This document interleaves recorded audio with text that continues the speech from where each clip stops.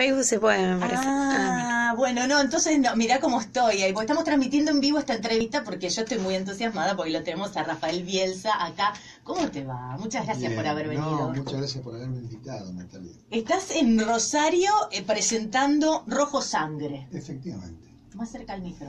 Estoy dando órdenes acá. Efectivamente. Cuando leí este libro, varias cosas, ¿no? Leí tus agradecimientos. En tus agradecimientos le agradeces a Marcelo Escalona, que escribió un libro hace poquito, que se llama El hotel donde soñaba Perón, que lo entrevisté acá. Alucinante. ¿El libro? Un libro alucinante. No lo leí todavía. Y Martín Siva, que vino acá también con El salto de papa, que era otra cosa. Sí. No leía el libro de Martín. También, bueno, tercera edición o cuarta. Tercera en un mes. Tercera en un mes. Sí. Y 40 parece días. que van a hacer una película. Él no lo quiso decir acá, pero sí.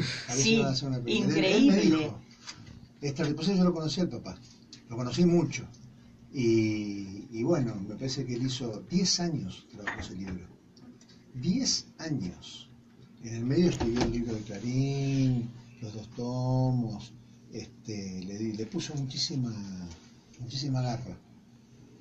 Sí. No es fácil escribir un libro sobre No un padre sobre tu papá. Para un varón. Y un papá que se suicidó. Y un papá que era como era Jorge Sivak, que no era cualquier papá. No, bueno, él lo cuenta. Él lo cuenta. Es bello el libro, un libro bello. Súper lindo. ¿Se pusieron de acuerdo porque son amigos tuyos o no sé, o conocidos que tuviste relación, que le agradeces tu libro y vos también sacás uno? Sí, pero bueno, viste que a veces se te dan ese alineamiento de estrellas, ¿no? De planetas. Pero lo de Marcelo Escalona, Marcelo es, para mí es un escritor extraordinario, un escritor de aliento, de largo aliento. Este libro es un libro, El hotel donde soñaba Perón, es un libro desmesurado, absolutamente desmesurado. Yo te diría, para hacerle un parangón, es como Los detectives salvajes de Bolaño. Ese tipo de libro, viste, que va para un lado o para el otro. Y hay mucha literatura y hay mucha metáfora, mucha belleza, mucho trabajo textual, ¿no? La verdad es que a mí me encantó el libro. Lo leí 2 o 3 veces. ¿En serio? ¿Sos de los que lee el libro varias veces? Bueno, en este caso sí, soy de los que lee. Hay libros, por ejemplo, La búsqueda del tiempo perdido, ¿no? Que son 8 libros. El cuarteto de Alejandría. El libro de El intocable de John Banville. Esos libros yo los leo permanentemente, los vuelvo a leer, los vuelvo a leer. Y siempre me sorprendo con lo que subrayé en la última lectura. Digo, ¿por qué habré subrayado esto? ¿No te acordás? No me acuerdo por qué fue importante en ese momento. Fragmento de un discurso amoroso, Roland Barthes. Siempre lo leo y digo, pero ¿qué me pasaba en la cabeza, no? Porque son como eras geológicas de tu vida, ¿viste? Siempre uno es distinto, vos sos distinto, no sos el mismo que leía el libro. Claro, exactamente. Sí. Bueno, ¿y cuánto te llevó a vos a escribir esta novela? No, pero mira, la cosa es así. Tucho, la primera novela, la primera publicada, porque ya había escrito varias que nunca publiqué prudentemente, ¿no? Siempre me abstuve. Tucho me llevó 5 años. Viajar, fui 20 veces a Río de Janeiro, a La Habana, al Distrito Federal. Fue un libro que escribí de manera tortuosa y torturada. En cambio yo había escrito un libro sobre mi viejo. Mirá vos, ¿no? Qué casualidad con lo de Martincito. Y mi vieja era profesora de literatura. Entonces cuando terminé el libro sobre mi viejo, el anteaño, se lo traje a mi vieja y le dije, mira, léelo, vieja. Porque mi vieja, nos cambiamos libros, ¿viste? A ella le gustaba mucho Almudena Grande, le gustaban mucho los españoles como Miguel Delibes, Ramón Sender, esos escritores. Y se lo dejo. A los 15 días vuelvo, ilusionadísimo, me dice, mira, hijo, mientras yo viva, este libro no lo vas a publicar. Pero vieja, le digo, disculpame una cosa, cuando Almudena Grande escribe que un abuelo es un sinvergüenza, ¿de qué abuelo te crees que está hablando? Está hablando de su abuelo. ¿me entendés? Está inspirado en sus vivencias. ¿Ella no le gustó cómo hablabas vos de tu papá? No, a ella le pareció que el libro revelaba intimidades que ella prefería mantener discretamente en su fuero íntimo. Entonces, bueno, yo respeté, acaté, como buen hijo mayor, acaté el mandato materno, pero me tenía que poner a escribir, porque si no me mataba la angustia. Y ahí me tiré encima de este libro, que venía pujando, y lo escribí en un año. En un año. ¿Y tuviste acceso a cintas? Porque yo pensaba... muchas de grabación. Bueno, vos tenés un glosario con el vocabulario... Sí. No es glosario, ¿cómo se llama? Sí, glosario de expresiones y vocablos. Sí. Porque hay un montón de... ¿Cómo te metes en este mundo donde uno no está y trata de... Obviamente, escribís la novela de lo mejor, relatarlo de la manera más realista posible. Mirá, yo tengo que escuchar las voces, ¿sabes? Las tengo que escuchar para poderlas escribir, porque si no el relato pierde cadencia. Como tuve que escuchar la voz de Tucho, como tuve que escuchar la voz de Velasco, como tuve que escuchar la voz de Retamar, bueno, de la misma manera tuve que escuchar las voces de los distintos protagonistas. Entonces, yo estudié muchos años música, ¿no? Era un músico mediocre, pero tuve una extraordinaria profesora de audio perceptiva que se llamaba Marta Varela, en el Instituto de Música. Entonces, ¿qué hago? Para aprender la cadencia del lenguaje. Leo y leo y leo y leo y leo. Entonces, como si te aprendieras una canción, ¿entendés? Porque hay una manera de decir las cosas que se te va metiendo en la oreja. Bueno, cuando eso sucede, ya el personaje empieza a hablar solo. Y me leí 3.000 páginas de desgrabaciones judiciales. Yo pensé que vos habías escuchado las cintas o vos. No, las desgrabaciones. Sí. 3.000 páginas. Hasta que en un momento empezó a funcionar, ¿viste? Ahora, claro, había que hacer un glosario porque hay expresiones que son absolutamente incomprensibles. Son todas ciertas, ¿eh? No hay una sola expresión inventada. Pero efectivamente, sí, tuve que aprender a hablar. Me gustan los nombres que usaste para reemplazar, digamos, la banda de los búnkeres y la banda de Pueblo Seco. Sí.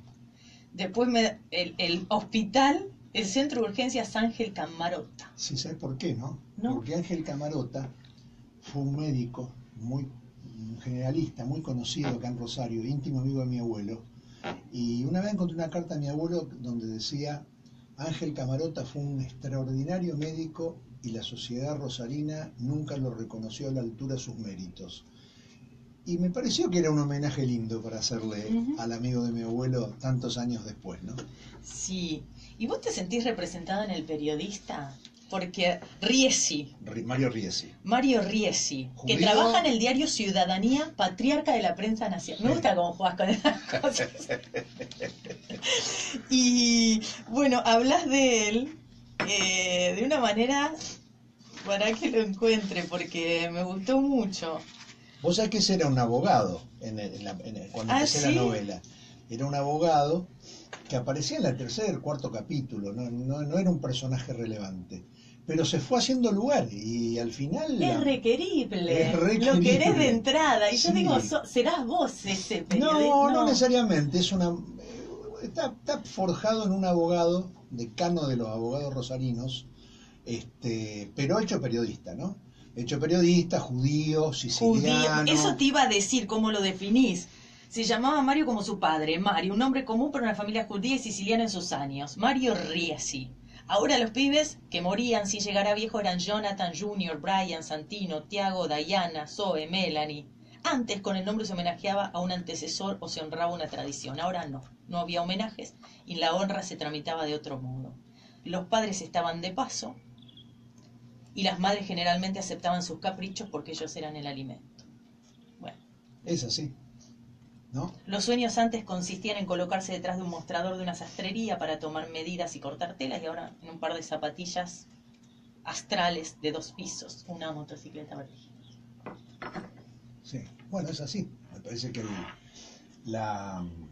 yo conocí una Rosario que también puede ser una Córdoba, que también puede ser una Mendoza, donde la cultura, donde la conducta, la rectitud, la moral, la respetabilidad eran valores muy importantes, muy, muy importantes. No sabes lo importantes que eran.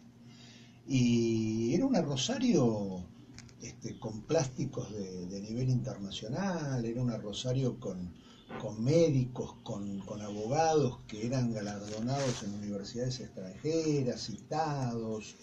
Y esa Rosario, o esa Córdoba, o esa Mendoza, me parece que entraron en el plano inclinado de la declinación interminable de la República Argentina, ¿no?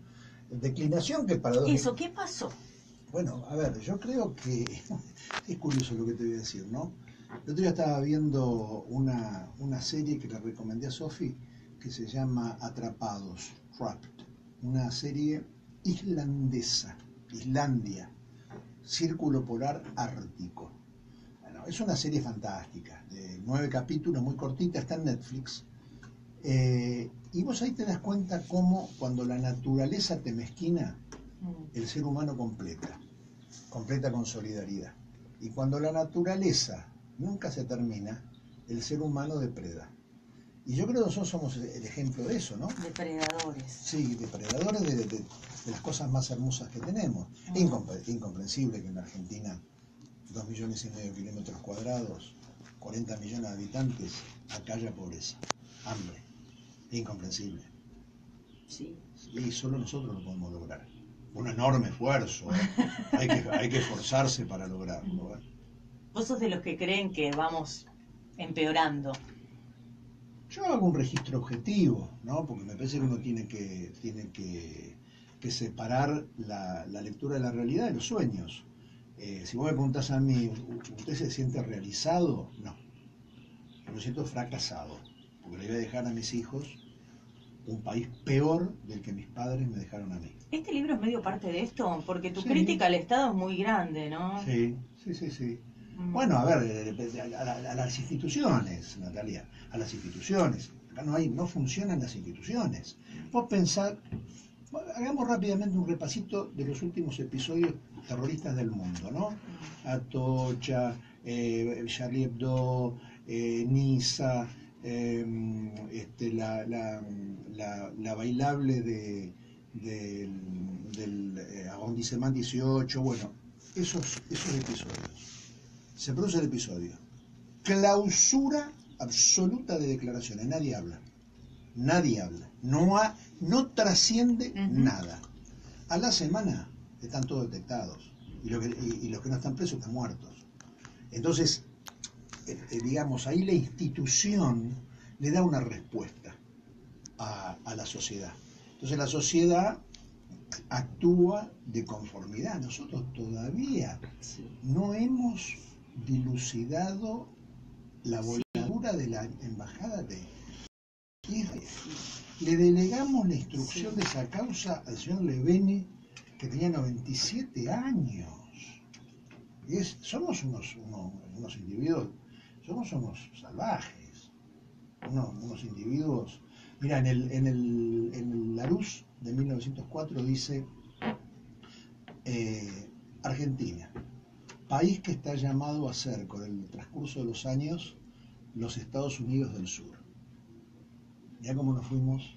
¿Qué pasó? Y bueno, qué sé yo, hay muchas explicaciones, ¿no? Me parece que pasó el golpe de Uriburu. Empezando por... Claro, la acordada de la Corte de diciembre de 1930, validando ese golpe, y después empezó la locura interminable argentina. ¿Tiene que ver, ¿no? crees vos, con que somos un Estado joven? No, es que no somos jóvenes, es mentira eso. Mira Estados Unidos, ¿qué tanto más joven somos nosotros que Estados Unidos? Y vos fíjate, mirá qué extraordinarios son las instituciones, ¿no? Qué extraordinario es cuando funcionan. Es mentira que Estados Unidos es un crisol de razas. Vos vas a Nueva York, está el barrio polaco, el barrio italiano, el barrio chino, el barrio judío. Y son barrios con una constituency, tipos que viven ahí, que se casan con gente del barrio, etcétera, etcétera, etcétera. Ahora, todos respetan las mismas normas, ¿no? Y eso te explica por qué un depredador serial argentino que va con el auto en dos ruedas llega a Los Ángeles y maneja como un señorito. Y Y claro. no le mete una multa y no le pasa nada. ¿Por qué? No. Porque el sistema es más fuerte. Claro. El sistema es más fuerte. Entonces, por eso yo le doy tanta importancia a las instituciones y al mismo tiempo me explico en la debilidad de las instituciones tantas cosas malas que nos pasan. Y cuando digo instituciones digo también la Iglesia Católica y su incompetencia, y digo también la dirigencia gremial, y digo también la dirigencia empresarial, esa cosa digamos, apropiativa que tiene el empresariado argentino. Nunca conseguimos armar una burguesía nacional como en Brasil. Bueno, son causas de este paulatino deterioro, ¿no? ¿Y cómo está con la política? ¿Vas a No, volver? no, no. Ah, no. ¿Por No. qué? Porque, en primer lugar, yo no me fui. La política me sacó. La política te sacó. La política me echó, ¿no es cierto? Vos te sometés a 3 elecciones, perdés las 3, bueno, basta de oferta electoral porque termina el cajón de saldos, ¿viste? Entonces eso de ser una oferta, bueno, esto en primer lugar. Segundo lugar, porque es muy inhóspita la política.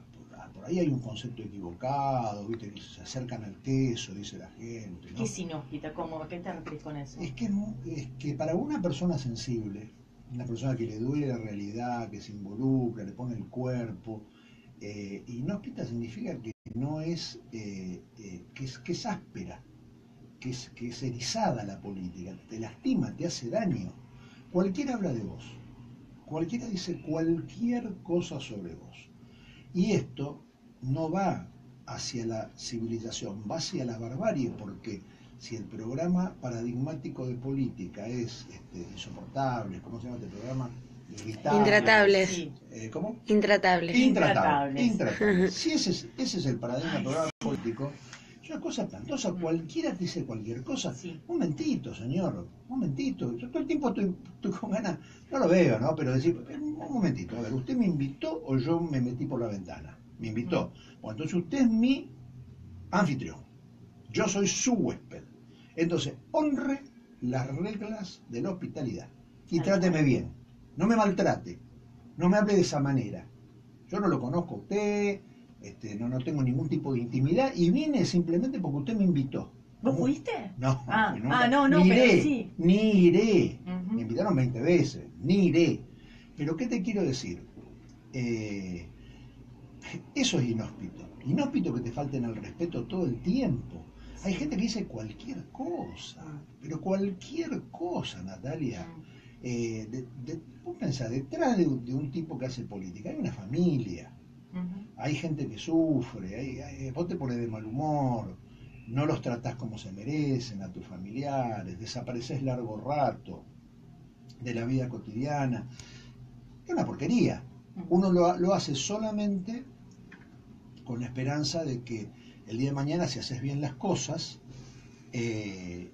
tu conciudadanía te diga: ¿cómo le va, doctor? La verdad que muchas gracias, usted hizo una buena gestión, fue una gestión recta, resolvió algunos problemas.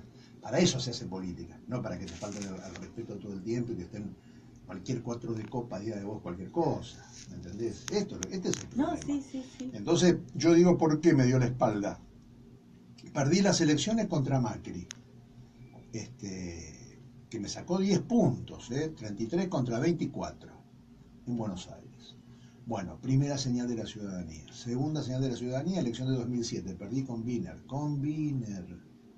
Hay que perder con Wiener, No es lo mismo perder con Harold Macmillan o con Winston Churchill que perder con Gardiner. Ojo, es muy doloroso perder con Wiener. No perdí por mucho, pero perdí. Segunda vez que la ciudadanía me da la espalda. Y después la última interna con Agustín Rossi. Entonces, a ver, bueno, ya está, basta, terminó. Hay otra vida más allá de la política. No puedo, yo nunca le saqué el cuerpo. Siempre que hizo falta, estuve. Y nunca me anoté en una fácil. Nunca, porque mi otra contendiente en Buenos Aires era Carrió. Entonces, y te digo una cosa, Natalia, era la mejor versión de mí mismo. esa elección era la mejor versión de mí mismo. Estaba finito, con los datos, contento, de buen humor, no estaba cansado, fui al debate, fue un debate hermoso, dije las cosas que tenía que decir, ellos se desencajaron. No hay una versión mejor mía que esa. Y perdí. Y entonces, a ver, hay otra vida, está la vida de la literatura, está la vida empresarial, que es la vida de ahora.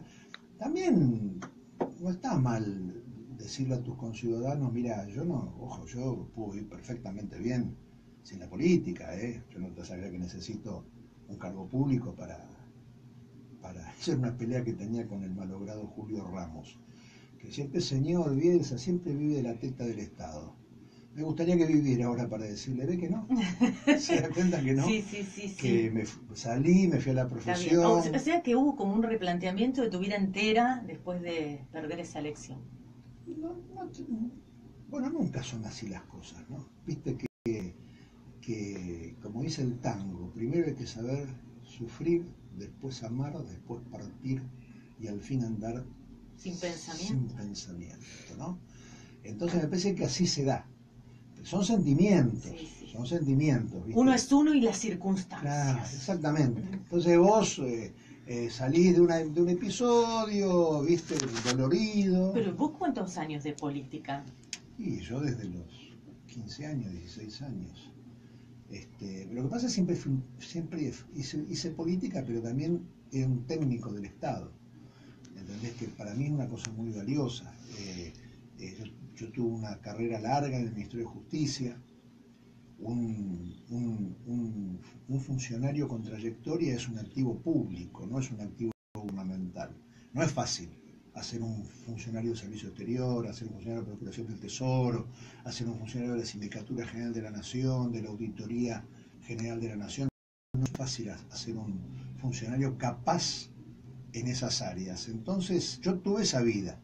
Y después vino la cuestión de la política de altura, ¿no? La política alta política. Sí, la más expuesta.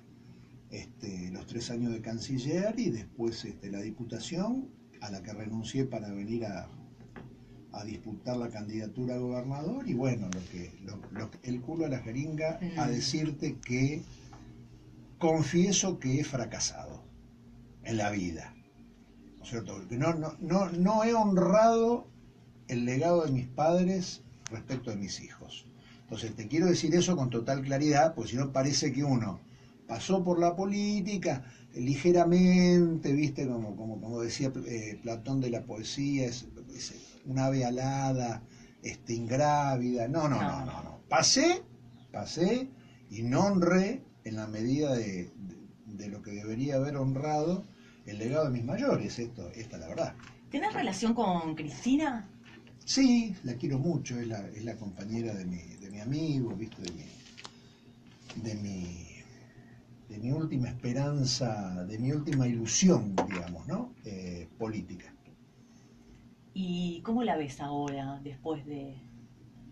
Mira, ella no es la misma, digamos, con Néstor, salió otra manera de... No. Pero eso pasa con los matrimonios intensos. Son como dos planetas que se influyen recíprocamente, y cuando uno desaparece, después el otro planeta va retomando su órbita inicial, ¿no? Entonces, y yo creo que Néstor con Cristina generaban un animal político bicéfalo, ¿no es cierto? En el cual era muy importante Alberto Fernández, muy importante, porque era un stopper que gozaba de la confianza de los dos. Y restricta tanto de Néstor como de Cristina. Cuando se fue Alberto, eso se empezó a resquebrajar. Cuando murió Néstor, Cristina empezó a ser quizá más parecida a lo que es Cristina, no a esa parte del animal bicéfalo. ¿Y cómo la ves ahora ella? Mirá, ayer hablábamos con Sofi, ¿no? Yo no creo que a ella le dé placer hacer lo que está haciendo. Me parece que lo hace por un sentido del deber, por un sentido del deber, porque ella cree que debe hacer esto. Me parece que Cristina es una persona que tiene otras inquietudes. Le gustan las plantas, le gusta la decoración, le gusta la lectura, le gustan los textos de ciencia política, le gusta también el buen cine, le gusta el buen cine. Entonces, es una persona con otras inclinaciones. Néstor no. Néstor era un sujeto de poder, exclusiva y excluyentemente. Todo se vinculaba con la dominación, con el dominio. Incluso las cosas más maravillosas que a mí me han tocado vivir, como que le dijera a Blair en Londres, yo vine acá a hablar de soberanía. Que yo me sentía que estaba al lado de, imaginá, ¿viste? Esto nunca va a pasar, Claro, y pasó, ¿entendés? Y pasó, o por ejemplo cuando le dijo a Keller, que era el presidente del Fondo Monetario Internacional, mire, yo no lo quiero ver nunca más, pero no porque no quiero ser descortés, sino porque cuando un deudor no ve al acreedor es porque le paga. No, a mí lo que me pasó con ellos es que son cosas que digo, yo jamás pensé que esto iba a pasar en Argentina. No, ¿viste? Son Exacto. cosas increíbles. Increíble. Entonces, claro, mucha gente nos estará escuchando, estará diciendo, pero esto de qué están hablando, qué barbaridad están hablando. Bueno, yo la verdad es que relato la feria según cómo me fue en ella. Y esos 3 años fueron 3 años heroicos, ¿no? Estábamos en default. Sí, bueno, las negociaciones fue algo que yo sinceramente, como estudiosa de política internacional y política, digo, no lo puedo creer. No. Asombrada totalmente yo digo, en Argentina esto nunca va a pasar. Y pasó y a mí me tocó vivirlo y cosas Y ser duras. parte de la historia. Y ser parte de eso, y la cuarta cumbre, y el no al ALCA. El no al ALCA con Hugo Chávez acá. Con Hugo Chávez que la descosió. A mí me tocó presidir esa sesión. Néstor pudrió todo el sábado a la mañana y al mediodía me dijo, ahora presidís vos, entrando. No sé lo que era. Estaba furioso Bush, furioso Fox, furioso Martin. Estaban furiosos todos y bueno, son esas cosas, esos privilegios, esas cosas maravillosas, ¿no? Que Dios te da la posibilidad de vivirla y que se viven una sola vez, pero que cuando uno recuerda, tiene que poner todo arriba de la mesa, ¿no? Porque a mí me parece que nosotros hicimos mucho en el tercer gobierno el segundo gobierno de Cristina, tercero de la secuencia, hicimos mucho para perder las elecciones y las perdimos con justicia. La cansamos a la gente, la cansamos. Ahora, ¿en qué sentido la canción? La cansamos con los discursos por cadena nacional, la cansamos con una sobredosis de ideología que era en realidad de interés minoritario y se la inyectamos a toda la sociedad, la cansamos con las autorreferencialidades, con los caprichos, con las arbitrariedades y también la cansamos haciéndole daño a nuestro candidato. No nos olvidemos que nuestro candidato que perdió por un punto y pico, Daniel Scioli, más daño no le pudimos hacer. De ponerle un comisario político, una tobillera electrónica, como candidato a vicepresidente, hasta regimentarlo, así fuese. Quería que esta fuese una etapa para nosotros, cuando digo nosotros, digo el peronismo kirchnerista, una etapa de autocrítica, de reflexión, de generación de nuevas ideas, de nueva doctrina. Me parece que envejecimos, el pensamiento envejeció, ¿no es cierto? Así ¿El pensamiento peronista? No, los llamados populismos no se pensaron mejor como movimiento de masas que como administradores de la hacienda pública. Entonces se quedaron sin plano de sustentación. Entonces los progresismos, de Piketty para acá, tienen que pensar los populismos y los progresismos. A mí no me desagrada la palabra populista, una palabra que me gusta, porque me remite a una cosa muy amada por el peronismo, que es el pueblo. Me parece que nosotros tendríamos que estar repensando cómo se hace. En ese sentido, Néstor tenía una enorme ventaja. Era como decía Pedroni de sí mismo, ¿no? Soy un contador de vulgares modos. Entonces Néstor era eso. Néstor todos los días contaba, sumaba, restaba, cuando salió con la oferta de corte, ¿te acordás? El 25%, lo que decían los economistas de la Citi. ¿El corte de qué? Cuando hicimos la oferta de cancelar la deuda en default, ofrecimos el 25% del valor nominal. Y no, eso fue. Y todos nos pronosticaban, van a tener 20% de adhesión, van a tener el 25% de adhesión. Y cuando fuimos mirá, a mí me tocó 3 veces. Una vez en Tokio, que nos mataron a tomatazos. Otra vez en Roma, con Nicola Stock y la Task Force Argentina, una porquería. Tenía que poner la cara, te digo, ¿eh? Tenía que poner la cara. Y otra vez en Wall Street. Ahí fueron huevos. Entonces, bueno, cuando eso se empezó a ordenar y superamos el 70, el 75, y yo trabajé también, no tengo nada más que agradecimiento para la forma en que trabajé con Roberto Labaña, que me parece que es un tipo único en el sentido de que no hay otro tipo con sus habilidades en la República Argentina. Esa es la verdad. Y por lo menos eso es lo que yo pienso, ¿no?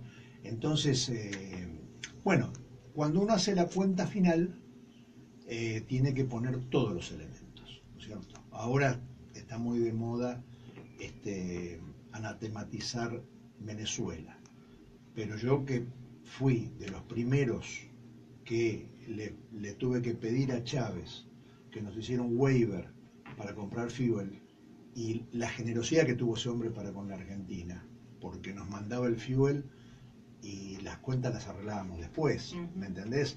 Después todo, viste, todo se desnaturaliza, sí. Todo se maltrata, pero esta es la verdad, así fue. Entonces, si vamos a poner las cosas en la balanza, pongamos todas, las buenas sin fanatismo y las malas con autocrítica. Bueno, para cerrar, porque te tenés que ir a otra entrevista, y ¿vos crees que hablaste de que había mucha ideologización, que fue uno de los errores?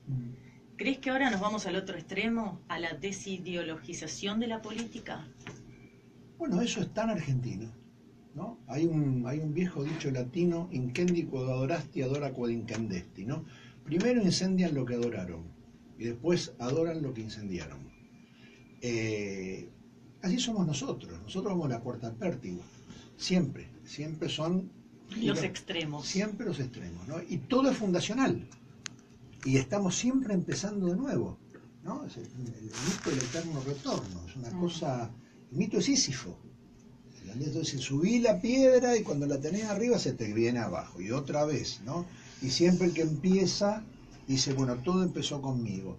Entonces, qué sé yo, a mí me parece que es un error lo de Fukuyama y la muerte de las ideologías, es un gravísimo error. No, eso no sucede en la vida real. Y ahora está sustituida un poco la ideología por el marketing.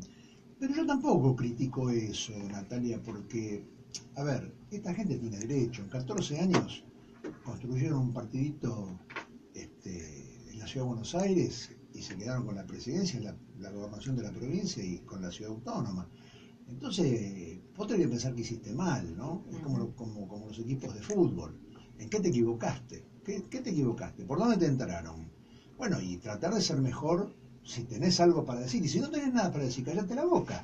¿Por qué tenés que estar siempre en el candelero? ¿Por qué tenés que estar siempre? Dejá a otros, que haya una renovación, que haya... Que no está haciendo Cristina. Bueno, por eso mismo, mirá, Felipe González tiene una frase hermosa, ¿no? Dice, los expresidentes somos como los jarrones chinos. A todo el mundo le gusta mirarnos. Ahora nunca sabes en qué lugar de la casa meterlo. Y es verdad, es verdad. Él lo entendió inteligentemente. Bueno, hoy vas a estar 7 de la tarde en Homo Sapiens. Sarmiento 829. Sarmiento 829, acá está Sofi, está filmando. Rojo Sangre. Una frase que vos dijiste, para que me la anoté acá. Al final los pobres siempre terminan escupiendo sangre. Es verdad, es verdad. Siempre la variable de ajuste es el pobre. Siempre el que no puede sacar la cabeza fuera del agua es el pobre, ¿no? Entonces, ahí está la opción de vida. en la identificación, yo estoy de ese lado. Nos encontramos esta tarde, entonces 7 de la tarde, Homo Sapiens. Muchas gracias. Muchas gracias, Rafael, por esta Natalia. entrevista. Muchas gracias.